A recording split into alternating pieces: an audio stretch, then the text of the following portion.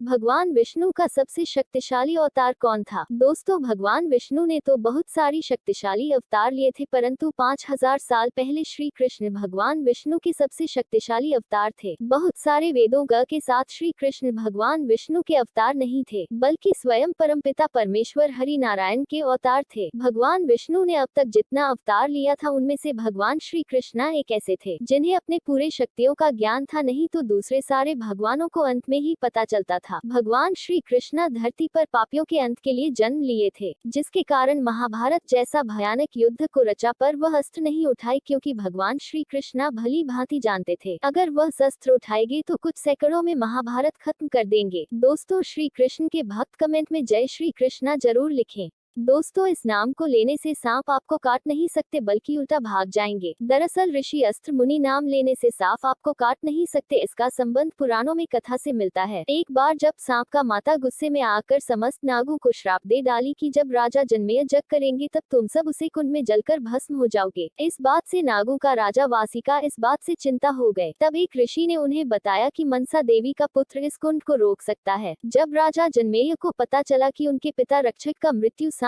के काटने से ही हुआ है, तब उन्होंने अस्पदाग यज्ञ शुरू किया और सभी सांप जाकर उस कुंड में जाकर भस्म हो रहे थे। ऋषि आश्रित को ये बात पता चला, तब उन्होंने राजा जन्मेजय के पास पहुंचे तथा उन्होंने ऐसे समझाया कि राजा जन्मे को ये यज्ञ रोकना पड़ा। ऋषि आश्रित के वजह से सभी सांपों की जान बच गया। यही कारण है कि ऋषि के नाम लेते ही सांप कुछ नहीं करते। आखिर क्या हुआ जब भगवान श्री कृष्णा और महादेव में हुआ युद्ध? ये युद्ध हमारे हिंदू धर्म का सबसे विध्वंसक युद्ध था। कहते हैं वानरसुर नाम के एक राक्षस, जिसने महादेव की घोर तपस्या किया था और वरदान में सहस्त्र भुजाएं एवं असीमित बल मांग लिया। अपनी शक्ति के अहंकार में आकर वानरसुर ने श्री कृष्ण को चुनौती दिया, जिसके बाद श्री कृष्ण और वानरसुर का युद्ध हुआ। वानरसुर पूरी तरह से हारने लगे। तब उसके बाद वानरसुर ने महादेव को पुकारा। अपनी भक्ति की पुकार सुनकर महादेव आए। इसके बाद भगवान श्री कृष्ण को ना चाहकर भी महादेव से युद्ध करना पड़ा। ये युद्ध बहुत विध्वंसक था। ये युद्ध से पूर्ण दृष्टि का अंत हो सकता था, पर भगवान श्री कृष्ण ने एक अमोघ अस्त्र चलाया, जिसके कारण महादेव कुछ समय के लिए नींदाकर में चले गए। इसके बाद भगवान श्री कृष्णा अपने सुदर्शन चक्र से वानरसुर की सहस्त्र भुजाओं को काट डाला। इसके बाद वानर और को समझ में आया कि भगवान श्री कृष्ण से नहीं जीत सकते।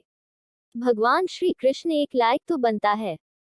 जब अर्जुन के पुत्र अभिमन्यु ने अपने ही पिता को पहचानने से कर दिया इनकार, जब अर्जुन के पुत्र अभिमन्यु की मृत्यु हो जाती है, तब अर्जुन बहुत दुखी होता है। अर्जुन रोने लगते हैं। वे श्री कृष्ण से कहते हैं कि मेरा पुत्र अभिमन्यु मारा गया और मैं अब यह बिल्कुल सहन नहीं कर सकता, मैं भी स्वयं को समाप्त कर लूंगा। फिर भगवान कृष्ण अर्जुन को आत्माओं के लोक ले जाते हैं, जहाँ अभिमन्यु आनंद से बैठा हुआ था। क्योंकि उन्होंने क्षत्रियोचित व्यवहार किया था, इसलिए उन्हें उत्तम पद की प्राप्ति हुई थी।